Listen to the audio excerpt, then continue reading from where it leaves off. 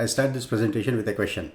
Suppose if you want to invest into your stock, and what is your minimum required rate of return from that stock? Since before making an investment, you should know what is the minimum amount or minimum rate of return that you expect from your stock. Now, how is that you are going to answer this one? Now, when you make an investment into your stocks, as I explained in my previous videos, you will come across with two kinds of risks. First one is a unique risk, that is a stock specific risk, and which can be diversified. On the other hand, you have a market risk, which is a non-diversifiable one. So in case of a diversifiable risk, you can diversify your risk by making a portfolio. In the sense, by combining 2 or 3 securities, you can minimize your stock's unique risk. But market risk, as it is general for all the stocks, then you cannot minimize it. So this is one criteria which you have to take into consideration. Second is that while making an investment, there may be other alternatives that you will have. Suppose instead of investing in stock A, if you invest in a fixed income security, then you will get a minimum guaranteed return, and that return is a risk-free return. In the sense, if you are investing in a treasury bonds, then the probability of a risk is very low. When we say the risk-free, it is not a completely risk-free, but the probability of default from a treasury for government is very minimal. So that we call as an opportunity cost. In the sense, whatever the required return that you expect from your stock should meet your opportunity cost, that is a income that you earn from a treasury bonds, plus it has to pay you a premium on the risk that you are seeking. Here we are talking about a risk is the market risk. So while calculating an expected return, you look at these two factors. One is how much is the market risk that you are facing on a particular stock. In addition to that, what is the opportunity cost that you are losing. So combining these two, you can calculate the expected return on your stock. Now for doing this, there is a popular methodology or theory called as a capital asset pricing model. So this model is used by individual investors or by investors to ascertain the minimum required rate of return. In this video, I am going to explain you the capital asset model and how to derive minimum required rate of return using a capital asset pricing model. For this video, I am using 4 different problems, each with a different values and a different way of calculating the CAPM. Watch all the 4 problems. To estimate minimum required return in a capital asset model, we use an equation called as a risk-free rate plus return on market minus risk-free rate times beta. So here this model considering one is the risk-free rate, RF is risk-free rate, then RM is return on market index. So you can take any of the market index, S&P 500, S&P 30, S&P 50, any market index. What is the return that you receive from a market index is considered here. Then beta, this is a beta. Beta, as I explained you in the previous classes, beta is a covariance of market and stock by variance of market. This is how you calculate the beta. And beta we call as a slope, which indicates how sensitive the individual stock return is to the beta. And this part, that is the risk return on a market minus risk-free rate, this we call as a risk premium. So if risk premium is directly given, you can substitute here. Otherwise, you need to calculate the risk premium.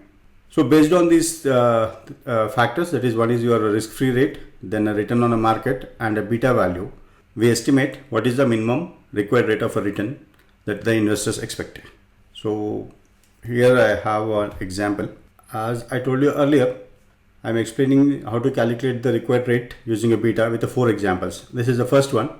So in this case, the company has a beta of 1.4 and the 10-year T-bill bond is a 4%. The market return is 8.5%. Based on this, you need to calculate the required return. So your required return, this equals to risk-free rate, that is a 4%, 4 plus return on the market you have 8.5 minus risk-free rate, it is 4 times beta 1.4. So this is 4 plus 8.5 minus 4 times 1.4. 10.3 is the minimum required rate. And we look at another example. Here Wipro's beta is given. Wipro's beta is 0.85 and market risk premium is given.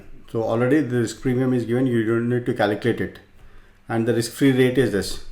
So our required rate formula is this equals to risk-free rate plus risk premium, that is return on market minus risk-free rate times beta. So here already risk premium is given, so you can substitute those values directly here. This is 3.5 plus risk premium is 6 times beta is 0.85. This is 3.5 plus 6 into 0.85. So 8.6, that is minimum required rate on Wipro stock is 8.6%. So in this example, you need to calculate what is the beta of this stock. Beta is not given, so you need to calculate the beta. Now our formula is this equals to risk-free rate plus return on market minus risk-free rate times beta. Required rate of return is 15%, so you take a 15% here, and risk-free rate is 5.25 plus market return is 10 minus 5.25 is a risk-free rate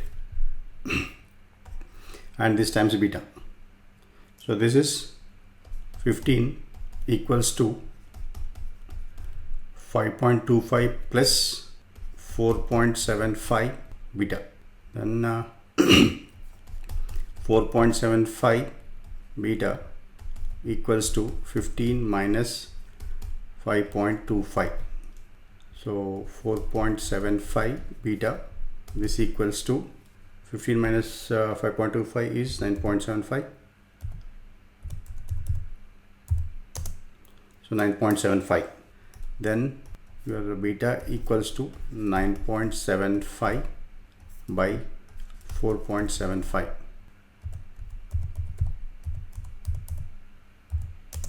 So here beta is 2.05.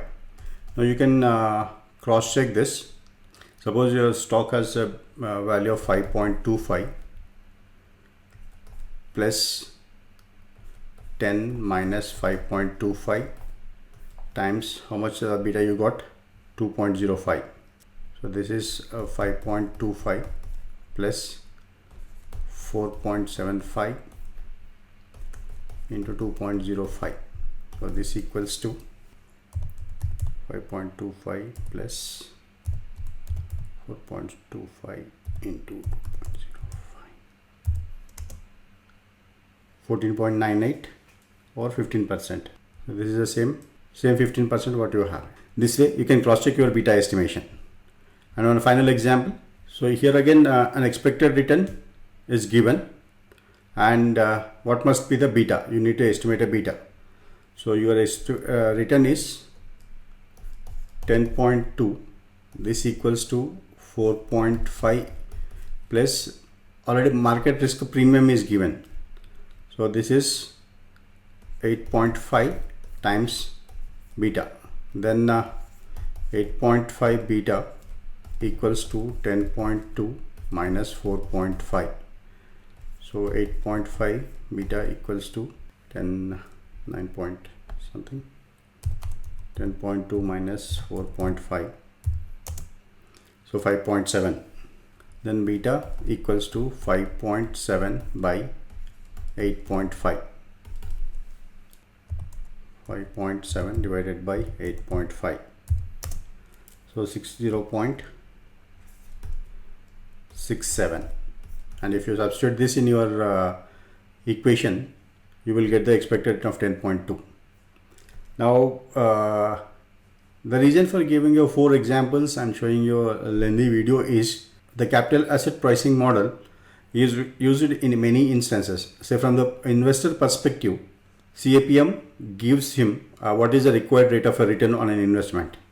The same capital asset pricing model we also use in weighted average cost of a capital to calculate the cost of equity and cost of retained earnings. In the sense, from the company's perspective, the value derived using a capital asset pricing model acts as a cost of equity, and the cost of equity is used in calculating the weighted average cost of a capital. So companies use this cost of equity to ascertain the cost of equity as well as the cost of retained earnings. So capital asset pricing model is used, one is from the investor's perspective and the second one is from the company perspective. So this is a very important concept in financial management. Thank you.